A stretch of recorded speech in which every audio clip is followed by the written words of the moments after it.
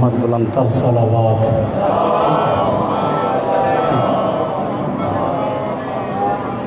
بار دیگر بلند تر صلوات.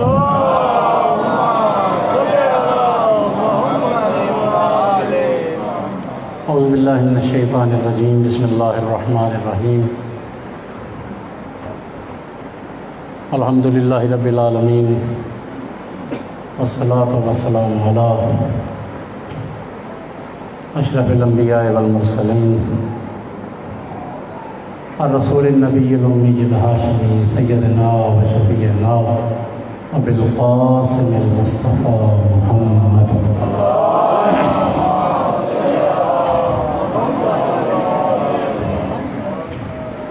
وعلى آل بيته الطيبين الطاهرين الهداة المهديين المعصومين المظلومين واللعنة الدائمة والعطائين أجمعين. أما بعد فقد قال الله تعالى عز اسمه في محكم كتابه ونطق خطابه. بسم الله الرحمن الرحيم. وعسى أن تكرهوا شيئا وهو خير لكم وعسى أن تحبوا شيئا وهو شر لكم واللہ یعلم وانتم لا تعلمون. صلوات پڑھیں مل کے سارے حضرات.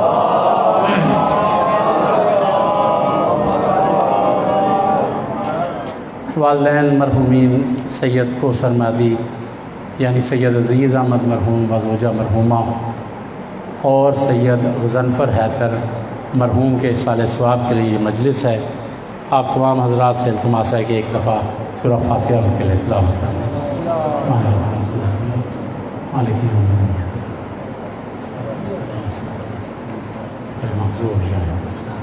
بسم اللہ الرحمن الرحیم. اللہ صلی اللہ علیہ وسلم امجد اللہ کفر اللہ اللہ صلی اللہ علیہ وسلم امجد اللہ کفر. بسم اللہ الرحمن الرحیم. سلام جانب ورنجو بسم اللہ الرحمن الرحیم. اللہ صلی اللہ علیہ وسلم اللہ کفر بحق محمد وآل الاطہار اور محمد وآل محمد پر صلوات.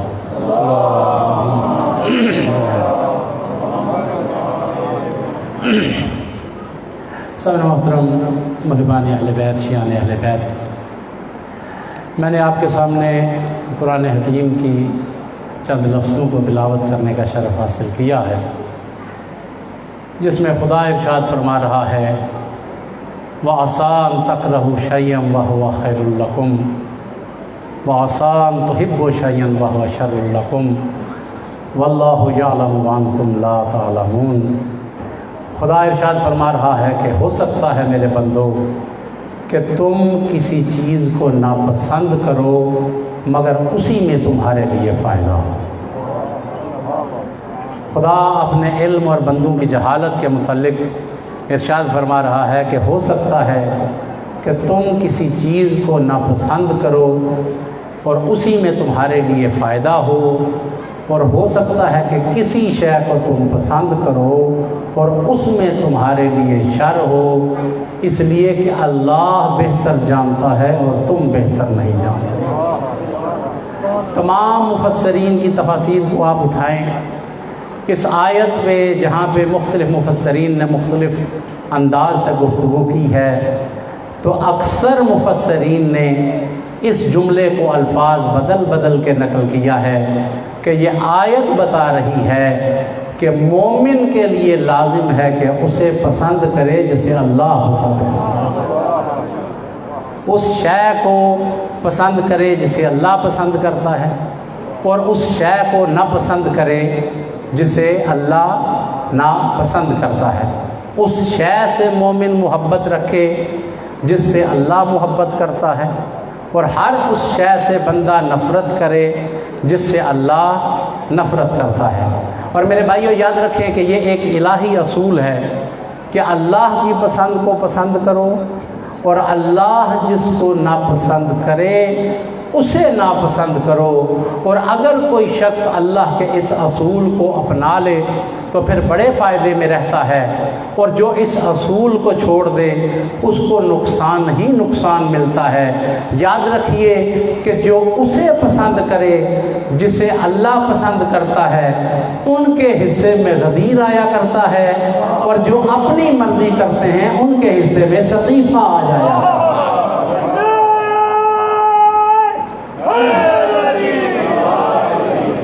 جسے اللہ پسند کرے، اگر آپ پسند کریں گے، جسے اللہ پسند کرے یا اللہ کا رسول پسند کرے تو اس کے حصے میں غدیر آتا ہے، اور جو اپنی مرضی سے کسی شے کو پسند کرے تو اس کے حصے میں سقیفہ آ جایا کرتا ہے۔ اہل بیت وہ گروہ ہیں، وہ مقدس گروہ ہیں کہ جن کی ہر پسند وہ ہے جو اللہ پسند کرتا ہے یا مصطفیٰ پسند کرتا ہے، جن کی زندگی میں کوئی ایسی چیز نہیں کہ اللہ پسند کرے اور اہل بیت پسند نہ کریں۔ اہل بیت کا طریقہ کار بھی یہ ہے، اور اہل بیت نے، محمد و آل محمد نے اپنے چاہنے والوں کی تربیت بھی ایسی کی ہے کہ ہر اس شے کو پسند کرتے ہیں جسے مصطفیٰ پسند کرتا ہے یا مرتضیٰ پسند کرتا ہے۔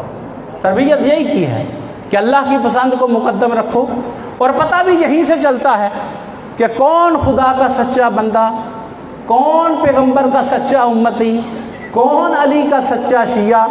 وہ علی کا سچا شیعہ ہے جو اپنی مرضی نہیں کرتا، ادھر چلتا ہے جدھر علی اسے چلانا چاہتا ہے۔ جس کی علی عزت کرے مومن بھی اس کی عزت کرتا ہے، اور جس سے علی نفرت کرے مومن بھی اس سے نفرت کرتا ہے۔ اپنے چاہنے والوں کی تربیت محمد و آل محمد نے ایسے ہی فرمائی ہے۔ ایک واقعہ کسی زمانے میں نے پڑھا تھا، شاید کچھ دن پہلے بیان کیا بھی تھا۔ ایک واقعہ کتب تواریخ میں ملتا ہے دو شخصیات کے بارے میں، پیغمبر خدا کے صحابیاں، صلوات پڑھیں ایک دفعہ مل کے سارے صلی اللہ، بالکل ملتا جلتا واقعہ۔ ایک صحابی کا نام ہے سعد اسود۔ اسود کہتے ہیں کالے رنگ کو، نام تھا سعد مگر رنگ کا کالا تھا، شکل کا خوبصورت نہیں تھا۔ ایک سعد اسود کے بارے میں روایت ملتی ہے، اور ایک حضرت جلیبیب، یہ بھی پیغمبر کے صحابی ہیں، ان کے بارے میں روایت ملتی ہے۔ اہل بیت کے چاہنے والے، اہل بیت سے محبت کرنے والے، اہل بیت کی سیرت پہ عمل کرنے والے۔ اب روایت کہتی ہے کہ یہ دونوں صحابی، ایک وقت میں ایک صحابی سعد اسود اور ایک میں حضرت جلیبیب، یہ پیغمبر کی بارگاہ میں تشریف لائے، رنگ کالا ہے، شکل کوئی اتنی خوبصورت نہیں، بدن سے پسینہ بہتا ہے۔ تو حضرت سعد اسود بھی پیغمبر کی بارگاہ میں آئے، تو آگے کہنے لگے یا رسول اللہ کہ جس محفل میں جاتا ہوں یا جس کے گھر میں جاتا ہوں، کوئی بندہ مجھے اپنے گھر میں داخل ہونے کی اجازت نہیں دیتا۔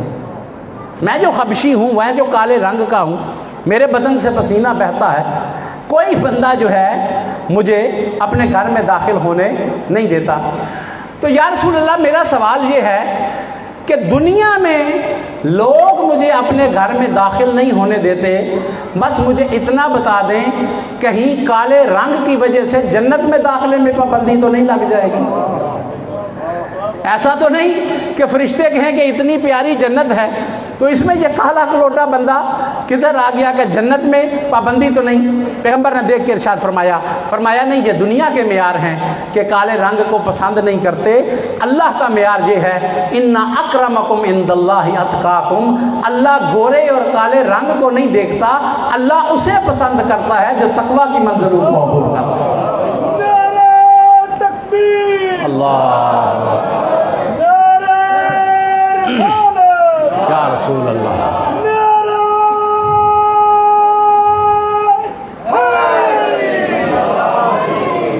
اچھا یا رسول اللہ، پھر تو میرے لیے خوشی کا مقام ہے۔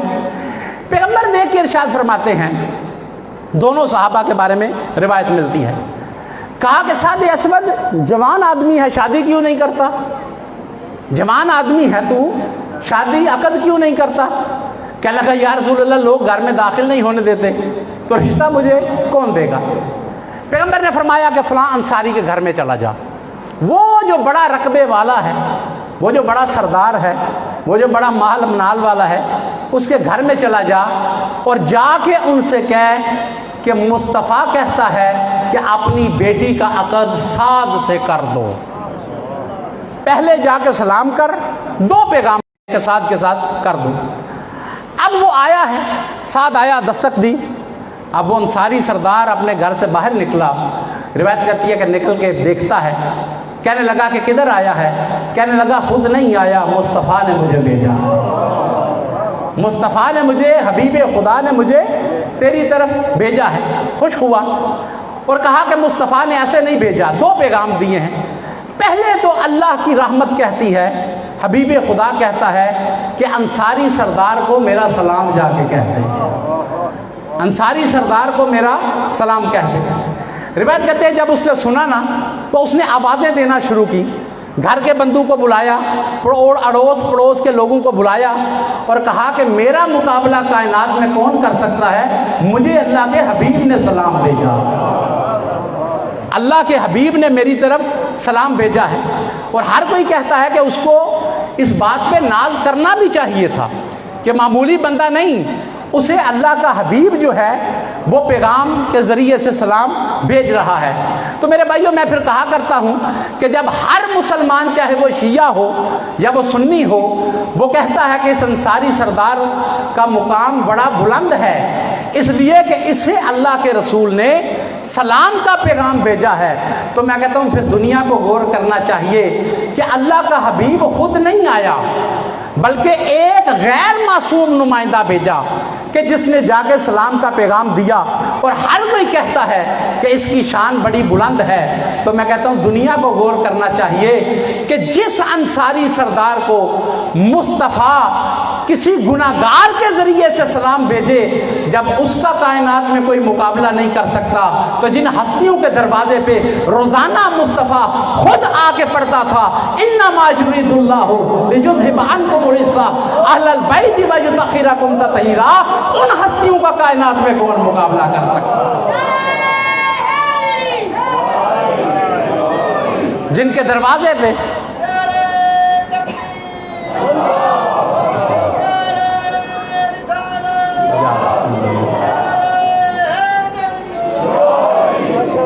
دروازے پہ خود اللہ کی رحمت آتی ہے اور آ کر قرآن کی آیات کی تلاوت بھی کرتی ہے اور خود سلام بھی کرتی ہوئی نظر آتی ہے، ان ہستیوں کا کائنات میں کون مقابلہ کر سکتا ہے؟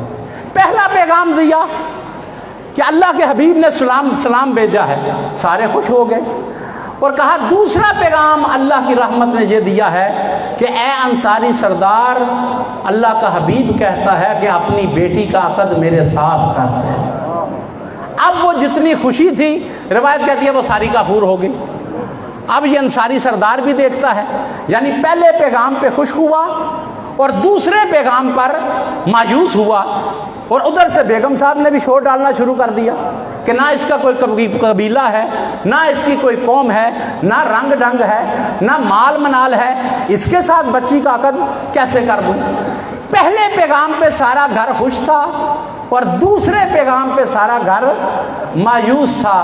میرے بھائیوں یاد رکھیے کہ جو پیغمبر کی کچھ باتوں پہ خوش ہونا وہ مومن نہیں ہوا کرتے ہیں، جو کچھ باتوں کو مانے۔ افتؤمنون ببعض الکتاب وتکفرون ببعض، قرآن کہتا ہے کیا قرآن کی، اللہ کی کتاب کی کچھ باتوں پہ ایمان لاتے ہو اور کچھ باتوں کو رد کر دیتے ہو؟ نہیں، اصلی مومن وہ ہوتا ہے جو قرآن کی بھی ہر بات کو مانتا ہے، جو اللہ کے حبیب کی بھی ہر بات کو مانتا ہے، ہر بات کو تسلیم کرتا ہے۔ اب جب دوسرا پیغام دیا کہ بچی کا عقد کر دو، تو گھر والے مایوس ہوئے۔ روایت کہتی ہے کہ انہوں نے کہا اچھا ٹھیک ہے، تم چلے جاؤ، ہم اللہ کے حبیب سے خود بات کر لیں گے۔ جب یہ سن کے وہ سعد اسود واپس جا رہا تھا تو یہ پیغام کی آواز اس بچی کے کانوں تک بھی جا پہنچی۔ اس بچی کو بھی پتا چلا کہ اللہ کے حبیب نے ایک بندہ بھیجا ہے، میرے لیے رشتہ بھیجا، مگر اخلاق میں کمی نہیں ہے، رنگ کا کالا ہے۔ روایت کہتی ہے بچی نے جب یہ سنا ہے نا تو فوراً اپنے باپ کو بلایا اور بلا کے کہا کہ وہ جو جا رہا ہے اسے واپس لے آؤ، خدا کی قسم اگر یہ واپس چلا گیا اس گھر سے ہر خیر بھی چلا جائے گا، ہر برکت بھی چلی جائے گی۔ اگر یہ واپس پلٹ کے چلا گیا اس گھر سے ہر خیر بھی چلا جائے گا اور ہر برکت بھی چلی جائے گی۔ کیوں؟ اس لیے باپ سے کہہ رہی تھی کہ یاد رکھو، اسے نہ دیکھو کہ کون آیا ہے، یہ دیکھو کہ بھیجا کس نے ہے، یہ دیکھو کہ بھیجا کس نے ہے، اور میں اسی کو پسند کرتی ہوں جس کو میرے لیے اللہ بھی پسند کرتا ہے اس کا رسول بھی پسند کرتا ہے۔ تو مومن اسی کو پسند کرتا ہے جسے اللہ پسند کرتا ہے، جس سے اللہ محبت رکھتا ہے۔ بس میرے بھائیوں، اسی آیت کے ذیل میں 2-3 باتیں کرنا چاہتا ہوں کہ کون سا بندہ ہے جو حقیقت میں اللہ سے محبت رکھتا ہے۔ اس آیت میں ایک لفظ حب آیا ہے، میں اس کی طرف متوجہ کرنا چاہتا ہوں کہ کون سا بندہ ہے کہ جو اصلی اللہ سے محبت کرتا ہے، جو حقیقت میں اللہ سے محبت کرتا ہے، پہلا نقطہ۔ اور دوسرا نقطہ، وہ کون سے بندے ہوا کرتے ہیں جن سے اللہ محبت کرتا ہے۔ ایک وہ کہ جن سے اللہ سے جو حقیقت میں محبت رکھتے ہیں، دعویٰ تو سارے کرتے ہیں نا، دعویٰ تو ہر بندہ کرے گا، مگر پہچاننا یہ ہے کہ وہ کون ہے جو حقیقت میں اللہ سے محبت کرتا ہے، اور وہ کون سی شخصیات ہیں کہ جن سے اللہ محبت کرتا ہے۔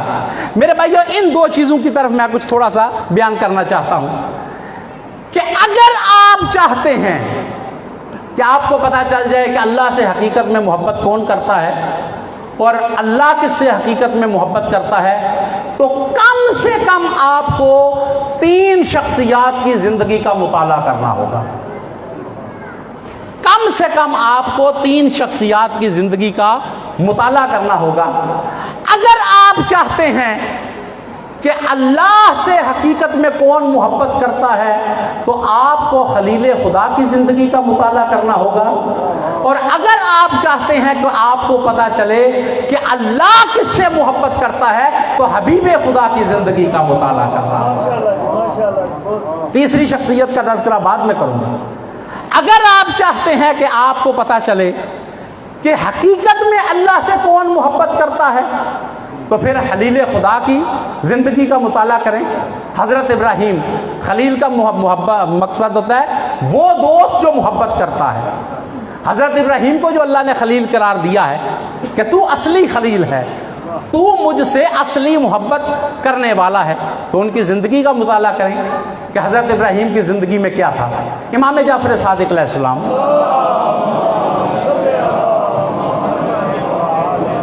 سے ایک روایت میں اس کی وضاحت ہوئی، اور باقی معصومین سے بھی کچھ روایات میں دوسری چیزوں کی بھی وضاحت ہوئی ہے کہ اللہ نے حضرت ابراہیم کو اپنا خلیل قرار دیا تو کیوں قرار دیا ہے۔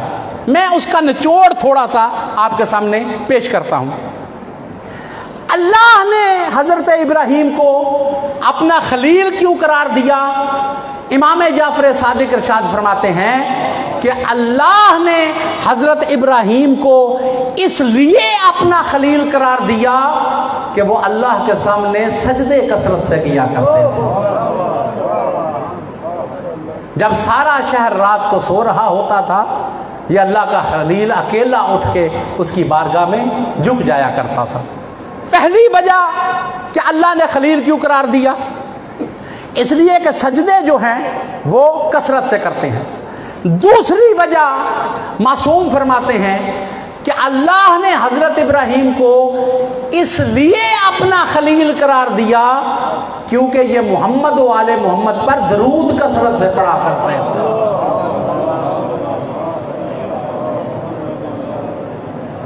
درود کثرت سے پڑھا کرتے تھے۔ تیسری وجہ معصوم فرماتے ہیں کہ اللہ نے حضرت ابراہیم کو اپنا خلیل اس لیے قرار دیا کہ حضرت ابراہیم نے کبھی اللہ کی معصیت نہیں کی ہے، کبھی گناہ نہیں کیا ہے۔ روایت میں جو ملتا ہے، صلوات پڑھیں ایک دفعہ مل کے آپ صلی اللہ محمد۔ روایت میں یہ ملتا ہے کہ حضرت ابراہیم کی ریش اقدس میں ایک بال سفید آیا۔ ظاہر ہے کہ ایک عمر ہوتی ہے بندے کے بال جو ہیں وہ کالے ہوتے ہیں، پھر جب عمر بڑھتی چلی جاتی ہے تو پھر ایک بال سفید ہوتا ہے، پھر 2-3 ہوتے ہیں، پھر وہ بڑھتے چلے جاتے ہیں۔ تو حضرت ابراہیم علیہ السلام کی ریش اقدس میں جب پہلا بال سفید آیا نا، ایک دفعہ شیشے کے سامنے تھے تو انہوں نے دیکھا کہ ان کی ریش اقدس میں ایک بال جو ہے وہ سفید ہے۔ تو جیسے ہی دیکھا کہ میری ریش اقدس میں ایک بال سفید ہے، روایت کہتی ہے کہ فوراً اللہ کے حضور میں سجدہ ریز ہو گیا اللہ کا یہ خلیل، اور جھک کے کہنے لگا اے میرے خدایا میرا کمال نہیں، یہ سارا تیرا کمال ہے کہ تو نے مجھے توفیق عطا کی کہ بال سفید ہونے تک آج تک ابراہیم نے تیری معصیت کا کوئی کام نہیں کیا۔ میری ریش میں بال سفید آ گیا مگر تو نے کبھی نہیں دیکھا کہ تیرا خلیل کبھی تیری نافرمانی کرتا ہوا نظر آیا ہو۔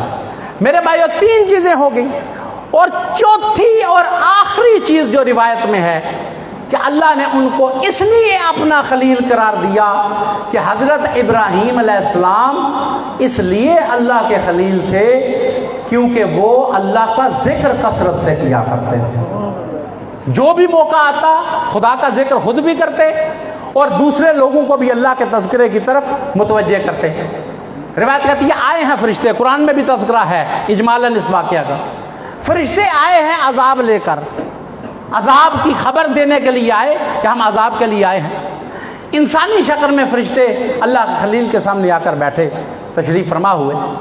حضرت نے دیکھا کہ کچھ مہمان کچھ انسان آئے ہیں جو کہ شکل انسانی ہے، تو حضرت نے ایک بچڑا پورا بھون کے ان کے سامنے رکھ دیا۔ قرآن میں بھی تذکرہ موجود ہے کہ کوئی مرغا شرغا نہیں، کوئی بکری نہیں، بلکہ ایک پورا بچڑا مہمانوں کے سامنے رکھ دیا۔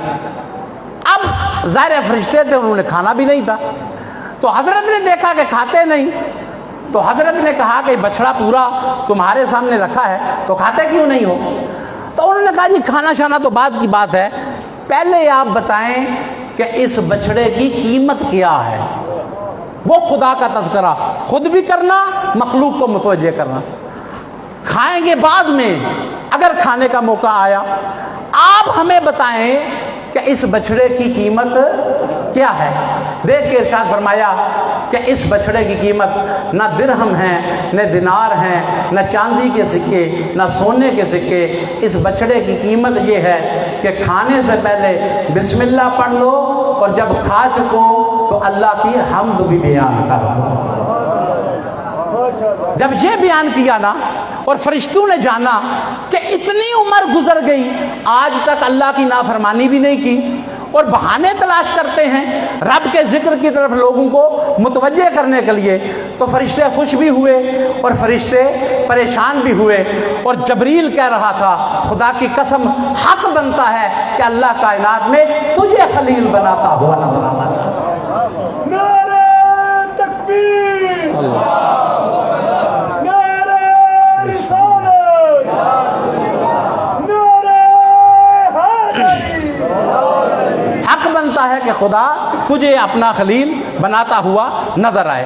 روایت میں ہے کہ فرشتے بڑے خوش بھی ہوئے اور فرشتے حیران بھی ہوئے کہ اتنے کمالات والا بندہ۔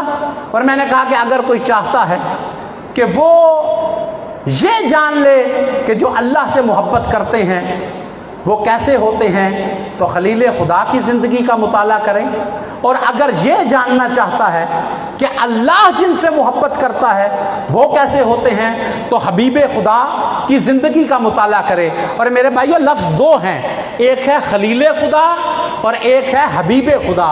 الفاظ 2 ہیں، بولنے میں بھی تقریباً ایک جیسے ہیں مگر فرق زمین و آسمان کا ہے۔ روایات گواہ ہیں کہ جس کے فضائل کو سن کر معصوم فرشتے حیران ہو جائیں اسے خلیل خدا کہتے ہیں، اور جس کے فضائل کو سن کر خلیل پریشان ہو جائے اسے حبیب خدا کہتے ہیں۔ ماشاءاللہ، حبیب خدا کی زندگی کی طرف بھی رجوع کرنا ہوگا۔ نہ اللہ کے خلیل نے زندگی میں کبھی کوئی معصیت کی اور نہ اللہ کے حبیب نے زندگی میں کبھی کوئی گناہ کا کام کیا ہے، نہیں کیا ہے۔ اللہ کے انبیاء گناہ کا کام نہیں کرتے ہیں۔ اور میں ایک جملہ کہا کرتا ہوں اگر آپ توجہ کریں، کتنی زندگی پیغمبر خدا نے دنیا میں گزاری ہے؟ وہ ہے 63 سال۔ کتنے ہیں؟ 63 سال۔ اچھا 63 سال جو پیغمبر کی زندگی ہے نا وہ اسلامی کیلنڈر کے مطابق ہے۔ اسلامی کیلنڈر کے مطابق جو 63 سال ہے، کیا فرق ہے اسلامی کیلنڈر میں اور جو ہمارا چل رہا ہے اس میں؟ عام جو سال ہے جو ہم شمار کرتے ہیں وہ ہے 364 یا 365 ایام کا، مگر اسلامی سال جو ہے وہ ہوتا ہے 355 ایام کا۔ اسلامی سال 10 دن جو ہے وہ چھوٹا ہوا کرتا ہے۔ اچھا، پیغمبر نے زندگی دنیا میں سال کتنے گزارے؟ وہ ہیں 63 سال۔ اگر یہ جو ہمارا جو کیلنڈر چل رہا ہے اس لحاظ سے دیکھیں تو وہ پھر ایک آدھ سال جو ہے وہ کم ہو جائے گا۔ پیغمبر خدا نے کچھ دن بھی گزارے، پیغمبر خدا نے کروڑوں گھنٹے بھی گزارے ہیں۔ پیغمبر خدا کی زندگی کے لمحات کتنے گزرے ہیں دنیا میں؟ وہ کم و بیش 2 ارب لمحات ہیں۔ یعنی اگر آپ ضرب دیں نا 355 کے ساتھ 63 کو، پھر 365 ایام کریں، پھر 24 گھنٹے کریں، پھر 60 کے ساتھ ضرب دیں، منٹ بنائیں، پھر 60 سے ضرب دیں، اور اس کے بعد آپ جو ہیں وہ اس کے سیکنڈ بنائیں، تو کم و بیش اللہ کے حبیب نے 2 ارب لمحات دنیا میں گزارے ہیں۔ اور میں کہا کرتا ہوں سیدہ آپ کے بابا کی شان کا مقابلہ کائنات میں کون کر سکتا ہے؟ جو 2 ارب لمحے دنیا میں گزارے اور جس کی زندگی کا ایک لمحہ بھی کسی گناہ میں صرف نہ ہو، اسے سیدہ کا بابا کہا جاتا ہے۔ پیغمبر خدا کی زندگی کا بھی مطالعہ کرنا ہوگا میرے بھائیوں۔ معمولی شخصیت نہیں کہ جس کے سامنے پوری کائنات کا مولا علی ابن ابی طالب سر جھکا کے کہتا ہے انا عبد من عبید محمد، میں محمد کے غلاموں میں سے ایک غلام ہوں۔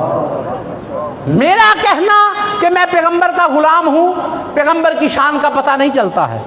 کسی گناہگار کا کہنا، کسی عالم کا کہنا، کسی جاہل کا کہنا پیغمبر کی شان کا پتہ نہیں چلتا ہے۔ جب پوری کائنات کا آقا کہتا ہے کہ میں تیرے غلاموں میں سے ایک غلام ہوں، تب پیغمبر کی شان کا پتہ چلتا ہے۔ ساری زندگی پیغمبر کی دیکھیں، ساری زندگی پیغمبر علی کی شان بیان کرتے رہے ہیں، اور ساری زندگی علی پیغمبر کی شان بیان کرتے رہے ہیں، ایک دوسرے کا مقام دنیا کو بتاتے رہے۔ اس لیے کہ اگر پیغمبر کی شان کا پتہ نہ چلے تو بندہ تب بھی جنتی نہیں ہو سکتا، اگر مرتضیٰ کی شان کا پتہ نہ چلے بندہ تب بھی جنتی نہیں ہو سکتا ہے۔ پیغمبر خدا کی شان کا بھی پتہ ہونا چاہیے۔ ایک بندہ آیا، امیر المومنین صلوات پڑھے ایک دفعہ مل کے صلی اللہ علیہ وسلم۔ مولا علی کے پاس ایک بندہ آیا، کہنے لگا یا علی، دل چاہتا ہے کہ آج نا آپ میرے سامنے بیٹھ کے گھنٹے چاہے 2 لے لیں، 4 لے لیں، 10 لے لیں، پیغمبر کے جتنے بھی فضائل ہیں نا آج سارے ہی میرے سامنے بیان کر دیں۔ پیغمبر خدا کے جتنے فضائل ہیں، وقت بڑا ہے میرے پاس، 2 گھنٹے لیں، 4 گھنٹے لیں، 10 گھنٹے لیں، آپ پیغمبر خدا کے جتنے بھی فضائل ہیں نا وہ سارے کے سارے میرے سامنے بیان کر دیں۔ مولا علی نے کہا ٹھیک ہے، بیٹھ جا میرے پاس، بیٹھ جا، تو بھی بڑا سیانا بندہ ہے۔ کہنے لگا یا علی، پیغمبر خدا کے سارے فضائل میرے سامنے بیان کریں۔ تو مولا علی نے کہا کہ بھائی تو نے بھی ایک سوال کیا، ایک سوال میں بھی کرتا ہوں کہ میں پیغمبر کے فضائل بعد میں بیان کروں گا، پہلے تو ایسے کر کہ مجھے ساری کائنات کی اشیاء گن کے بتا دیں۔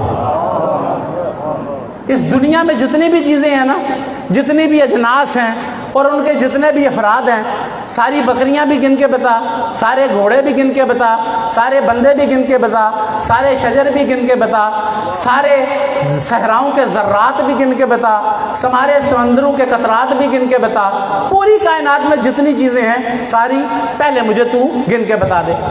کہنے لگا یا علی، یہ کبھی ہو سکتا ہے کہ کوئی بندہ ساری کائنات کی چیزوں کو گنے، ذرات کو بھی گنے، سمندر کے قطرات کو بھی گنے، بکریوں کو بھی گنے؟ کیا کوئی بندہ کبھی گن سکتا ہے؟ تو ان کو تو بندہ گن ہی نہیں سکتا۔ تو مولا علی دیکھ کے ارشاد فرماتے ہیں میرے بھائی، جن کے بارے میں تو کہہ رہا ہے نا کہ ان کو کوئی بندہ گن نہیں سکتا، ان کے بارے میں اللہ قرآن میں کہتا ہے کل متاع الدنیا قلیل، اے میرا حبیب دنیا کو بتا دے کہ یہ دنیا کا جتنا بھی مال و منال ہے، یہ دنیا کی جتنی جتنی بھی چیزیں ہیں یہ ساری قلیل ہیں، یہ ساری تھوڑی ہیں۔ وہ جس نے پوری کائنات کی چیزوں کو قلیل کہا ہے وہ اپنے حبیب کے بارے میں کہتا ہے اِنَّكَ لَعَلَىٰ خُلُقٍ عَظِيمٍ، اے میرا حبیب ہم نے تجھے خلق عظیم پہ فائز کیا ہے۔ جب کوئی بندہ اللہ کے قلیل کو نہیں شمار کر سکتا، جسے اللہ عظیم کہہ دے اس کو کیسے شمار کر سکتا؟ نعرہ تکبیر، اللہ اکبر، نعرہ رسالت، یا رسول اللہ، نعرہ حیدری۔ تو میرے بھائیوں اگر آپ چاہتے ہیں کہ ان بندوں کا پتہ چلے کہ جو اللہ سے حقیقی محبت کرتے ہیں تو خلیل خدا کی کتاب کی سیرت کا مطالعہ کریں، اور فقط مجلس نہ سنیں۔ مطالعہ کرنے کا مطلب ہے کہ پھر مطالعہ کریں۔ یعنی اگر چاہتے ہیں کہ ہم ان لوگوں کی فہرست میں شامل ہو جائیں کہ جو اللہ سے محبت کرتے ہیں تو پھر پڑھیں کہ حضرت ابراہیم کی سیرت کیا تھی، اور اگر آپ چاہتے ہیں کہ اللہ جن سے محبت کرتا ہے تو پھر سیدہ کے بابا کی سیرت کو آپ پڑھیں۔ میں نے کہا 3 بندوں کا تذکرہ کروں گا، 2 بندوں کا تذکرہ ہو گیا۔ اگر آپ چاہتے ہیں کہ ایک ہی وقت میں آپ کو پتہ چل جائے کہ اللہ سے محبت کرنے والے کیسے ہوتے ہیں اور اللہ جن سے محبت کرتا ہے وہ کیسے ہوتے ہیں، تو پھر اس کی زندگی کا بھی مطالعہ کریں کہ جس کے بارے میں پیغمبر خدا کہہ رہے تھے کہ کل علم اسے دوں گا جو اللہ اور اللہ کے رسول سے محبت کرتا ہے اور اللہ اور اس کا رسول اس سے محبت کرتا ہے۔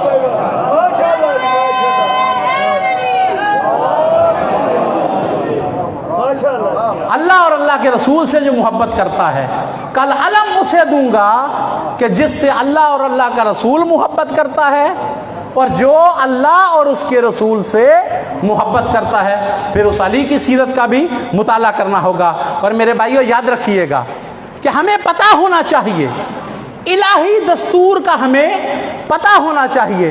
ان تینوں شخصیات کی سیرت کا مطالعہ بھی کریں تو ہمیں اللہ کی محبت کے معیار کا بھی پتہ چل جائے گا، اور اگر ہم ان تینوں کی زندگی کا مطالعہ کریں تو ہمیں ان کی سیرت سے یہ بھی پتہ چلے گا کہ اللہ کن کو ناپسند کرتا ہے۔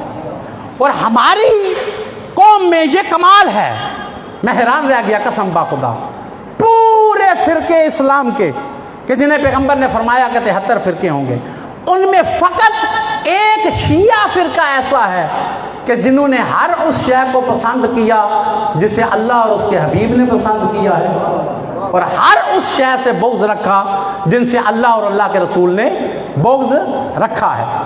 ہو سکتا ہے کوئی میرا بھائی کہے کہ نہیں باقیوں نے بھی ایسے کیا، نہیں میرے بھائی، کہہ دینا یا دعویٰ کر لینا آسان ہوا کرتا ہے، مگر اللہ اور اللہ کے رسول جس سے محبت کریں وہ معیار وہ رکھنا یہ مشکل ہے، دعویٰ کرنا بڑا آسان ہے۔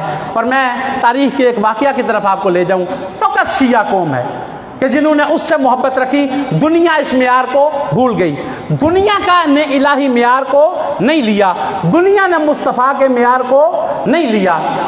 دعویٰ میرا یہ ہے اور دلیل کیا ہے، قسم با خدا اگر دنیا نے مصطفیٰ سے محبت کا معیار لیا ہوتا نا تو پھر اس حکم کو واپس نہ بلایا جاتا جسے دھتکار کے مصطفیٰ نے نکالا تھا، اور اگر دنیا نے مصطفیٰ کا معیار لیا ہوتا تو وہ ابو ذر جس سے مصطفیٰ محبت کرتا تھا اسے ربضہ کی طرف نہ نکالا جاتا۔